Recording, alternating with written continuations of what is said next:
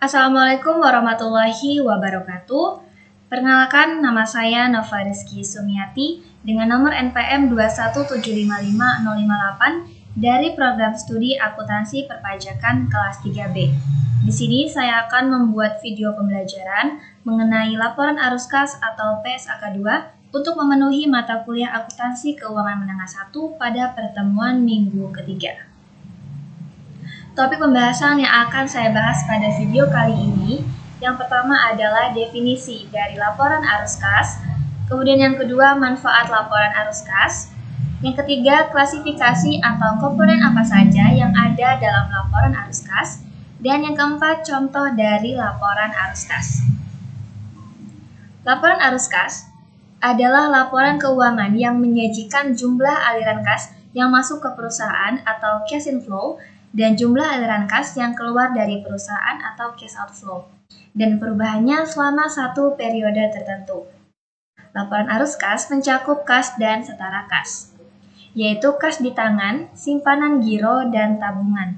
Investasi jangka pendek yang sangat liquid yang bisa dikonversi menjadi uang dalam jumlah tertentu dan memiliki resiko perubahan nilai yang tidak signifikan dengan jatuh tempo kurang dari 3 bulan.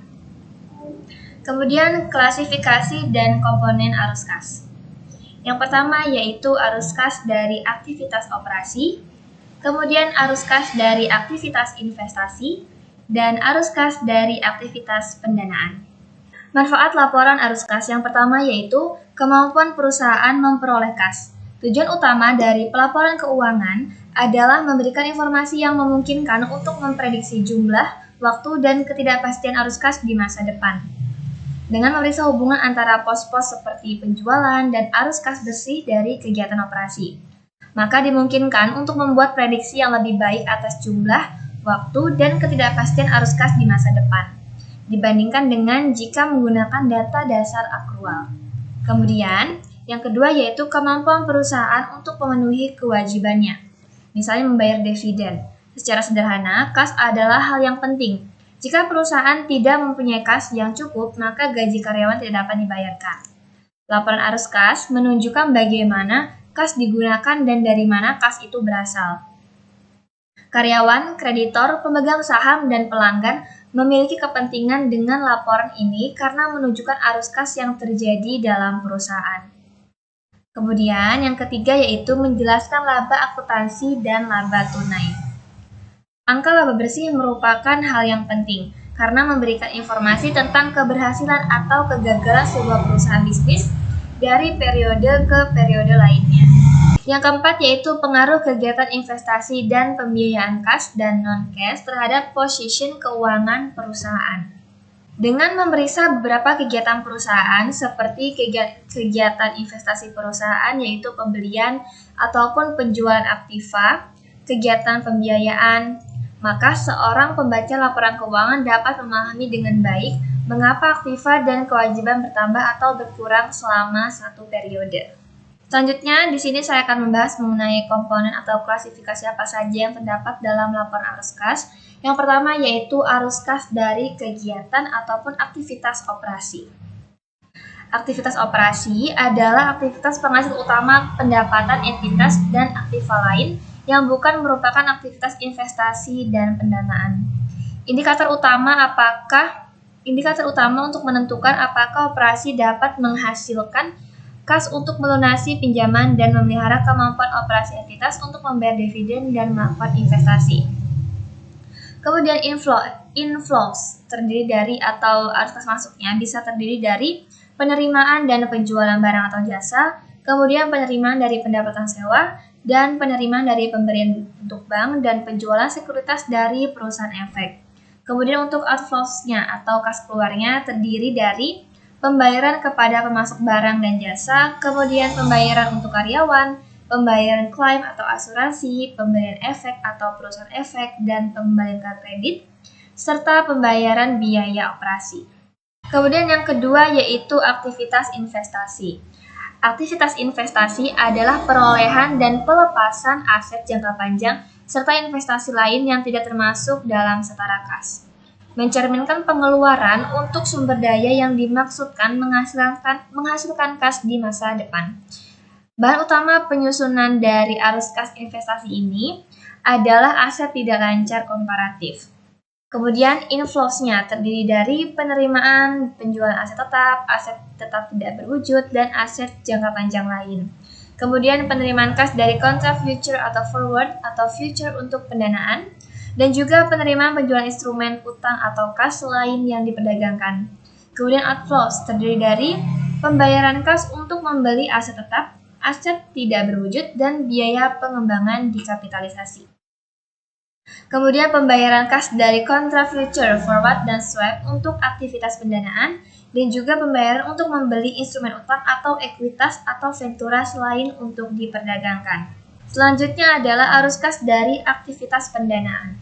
Aktivitas pendanaan adalah aktivitas yang mengakibatkan perubahan dalam jumlah serta komposisi kontribusi modal dan pinjaman entitas. Digunakan untuk memprediksi klaim atau arus kas masa depan oleh penyedia modal entitas. Dan juga bahan utama dalam penyusunan aktivitas pendanaan ini adalah liabilitas jangka panjang kooperatif dan juga ekuitas kooperatif. Kemudian inflows-nya terdiri dari yang pertama penerimaan kas dari penerbitan saham, kemudian penerimaan kas dari penerbitan obligasi, wesel, pinjaman jangka pendek dan jangka panjang atau hipotek. Kemudian outflows-nya terdiri dari pembayaran kas kepada pemilik untuk menarik atau menebus saham, kemudian pelunasan pinjaman, pembayaran kas oleh lesi untuk mengurangi liabilitas terkait sewa pembiayaan. Laporan arus kas dari aktivitas operasi. Entitas melaporkan arus kas dan aktivitas operasi dengan menggunakan salah satu metode berikut, yaitu ada metode langsung dan metode tidak langsung. Untuk metode langsung, yaitu kelompok utama dari penerimaan dan pengeluaran kas bruto harus diungkapkan. Kemudian, untuk metode tidak langsung, laba dimasukkan dengan mengoreksi transaksi non-kas, penangguhan atau akrual, dan unsur penghasilan atau beban yang terkait aktivitas investasi dan pendanaan. Kemudian, untuk metode penyusunan ini dianjurkan lebih berguna lagi jika kita menggunakan metode langsung. Kemudian, bahan penyusunan laporan arus kas dari kegiatan operasi ini adalah laporan laba rugi, dan juga aset lancar komparatif dan liabilitas jangka pendek komparatif, yaitu ada di laporan posisi keuangan. Selanjutnya di sini saya akan membahas mengenai penyusunan laporan arus kas dari PT Cibala Pulang, yaitu laporan arus kas dengan metode tidak langsung untuk periode yang berakhir Desember 31, 2013. Jadi bisa kita lihat di sini ya, di sini ada aktivitas operasi, investasi, dan pendanaan. Yang perlu diketahui adalah di dalam komponen aktivitas operasi ini, informasi yang kita dapatkan dari nomor 1 dan nomor 14 adalah dari laporan laba rugi, kemudian juga dari informasi aset lancar komparatif dan juga liabilitas jangka pendek komparatif. Maka di sini ada pendapatan bersih, kita ambil dari laporan laba rugi, kemudian kenaikan piutang, ini kita ambil dari laporan aset lancar komparatif. Jadi untuk 2 tahun perbandingan seperti itu dibandingkan. Kemudian untuk kenaikan utang usaha itu sifatnya adalah menambah, dan juga kenaikan utang karyawan itu akan menambah. Maka didapatlah kas diterima dari aktivitas operasi. Kemudian untuk aktivitas investasi, informasi ini kita dapatkan dari laporan posisi keuangan komparatif untuk bagian dari aset tetap. Jadi ini contohnya itu penjualan perlengkapan, kemudian pembelian. Kalau penjualan di sini nilainya positif, sedangkan untuk pembelian itu negatif. Artinya kita mengeluarkan uang, maka ini sifatnya mengurangi. Kemudian juga dia berlaku untuk pembelian tanah, pembelian kendaraan, dan juga pembelian gedung, sehingga diperolehlah kas yang digunakan untuk aktivitas operasi. Kemudian yang ketiga, dari aktivitas pendanaan. Informasi yang kita dapatkan dari pembayaran dividen dan juga penerbitan saham biasa, ini kita dapatkan dari laporan posisi keuangan di bagian liabilitas jangka panjang dan juga ekuitas. Jadi, kita mengambil angka ini dari laporan posisi keuangan komparatif tersebut. Maka sehingga didapatlah kas yang digunakan untuk aktivitas pendanaan. Nah, dari perhitungan ini, dari 2.240.000, kemudian ini mengurangi karena nilainya minus, dan untuk aktivitas pendanaan juga nilainya minus, maka akan diperoleh kas sebesar 100 juta, kemudian kas yang digunakan ada 10 juta, dan didapatlah kas pada 31 Desember 2013 senilai 90 juta. Teman-teman, sekian video pembelajaran dari saya, semoga bermanfaat. Saya akhiri, wassalamualaikum warahmatullahi wabarakatuh.